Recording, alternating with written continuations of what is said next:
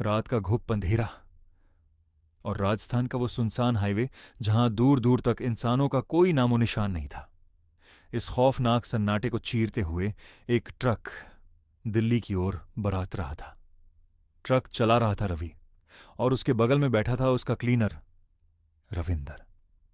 लगातार कई घंटों की ड्राइविंग ने रवि की हालत खराब कर दी थी। उसकी आंखें भारी हो रही थीं और सिर चकरा रहा था। रवि ने रविंदर से कहा कि अब और गाड़ी चलाना उसके बस की बात नहीं है।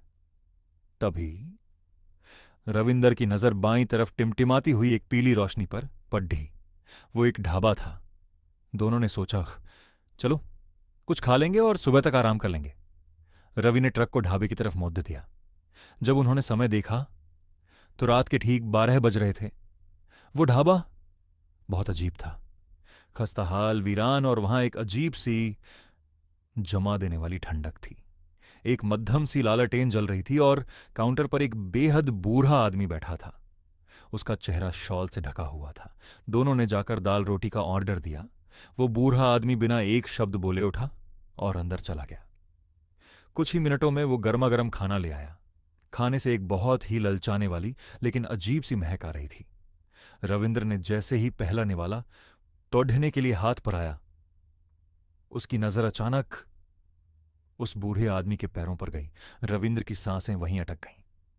उस बूढ़े आदमी के पैर पीछे की तरफ उल्टे मुद्दे हुए थे, और सबसे डरावनी बात, वो चल नहीं रहा था।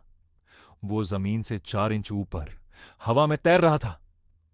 रविंद्र का शरीर सुन्न पड़ी ढल गया। उसने कांपते हुए रवि को टेबल के नीचे से लात मारी। रवि ने जब बूढ़े के पैरों को देखा तो उसके भी पसीने छूट गए, और फिर जब उन्होंने अपनी प्लेट की तरफ गौर से देखा, वहां दाल रोटी नहीं थी। प्लेट में साड़े हुए पत्ते और राख थी, और कटोरी में लाल रंग का गाढ़ा कीछा उबल रहा था। रविंद्र चीखा, उस्ताद भागो! दोनों अपनी जान बचाकर बदहवास ट्रक की तरफ भागे। रवि ने कांपते हाथों से चाबी लगाई और बिना पीछे देखे ट्रक को पूरी स्पीड से भगा दिया। जब कुछ दूर जाकर उन्होंने शीशे से पीछे मुद्दा कर देखा तो वहां कोई ढाबा नहीं था। सिर्फ एक पुराना खंडहर और एक सूखा हुआ पेड़ खड्डा था। सुबह होने पर जब उन्होंने एक टोल नाके पर रुककर एक चाय वाले को उस ढाबे के बारे में बताया तो चाय वाले के चेहरे का रंग उड़ गया। उसने कांपते हुए कहा, साहब जी, वो ढाबा तो 20 साल पहले जलकर खाक हो गया था। वहां जो भी रात 12 बजे रुकता है वो कभी वापस नहीं लौटता। अगर आप भी कभी रात के 12 बजे किसी अनजान हाईवे पर सफर कर रहे हो तो याद रखिएगा, हाईवे पर दिखने वाली हर टिमटिमाती रोशनी किसी ढाबे की नहीं